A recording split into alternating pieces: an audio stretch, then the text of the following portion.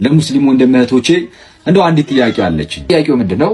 ሙሐመድ እንዲህ ያለ ታላቅ ፍቅር ካላቸው ማለት እንግዲህ በቢሊየን የሚቆጥሩ አሁን ላይ ብቻ ካሉት አንፃር ስናመዛዝነው ከዛ የሚበልጥ ፍቅር ለኡማው ካላቸው በምንድን ነው የተገለጠው የሚለው ለመጠየቅ ነው። እስቲ ነው በጨለማና በሞት ውስጥ የነበረውን ዓለም በታላቅ መስዋዕትነት ወደ ብርሃን አሸጋግረዋል።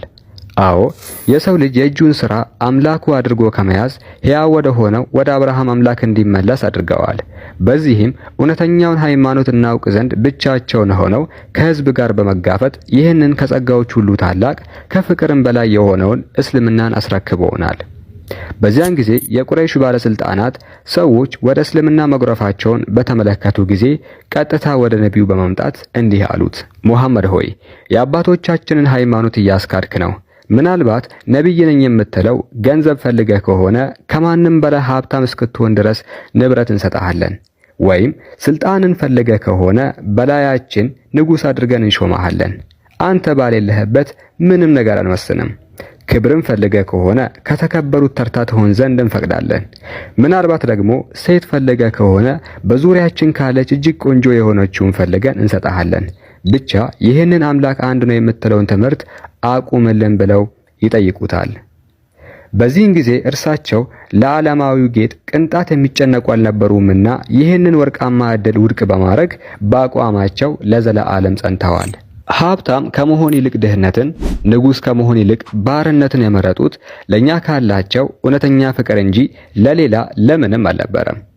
ወደ ጧኢፍ በተጓዙበት ወቅት ጫማቸው በደም እስኪሞላ ድረስ በድንጋይ የተወገሩት፣ የቆሰሉትና የተሰደዱት ለሰው ልጆች ድህነት እንጂ እንደ ሐሰተኛ ነቢያት ለግል ጥቅማቸው አልነበረም።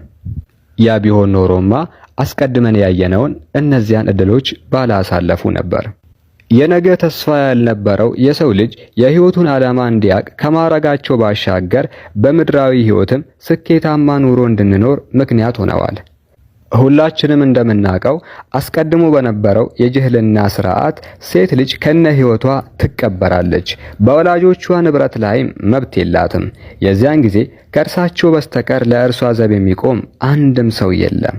ይህንን አምባገነናዊ የጭቆና ሥርዓት ያለምንም ጥቅም ሕይወታቸውን አደጋ ላይ በመጣል ያስቆሙት እኚህ ታላቅ ሰው እንዴት ቢወዱን ነው! ከጎናቸው አቡበክርን የመሰለ የልብ ወዳጅ፣ ዑመርን የመሰለ ጀግና፣ እንደ ዑስማን ትሁት፣ እንደ አልይ አስተዋይ ባልደረባ ያላቸው፣ ከሁሉም በላይ እነዚያን ውድ ባልደረቦች ተሰልፈው ሳለ እኔን ሳያዩ ያመኑብኝ ተከታዮቼ ናፍቀውኛል በማለት ስለኛ የተከዙት ምን ያህል ቢወዱን ነው!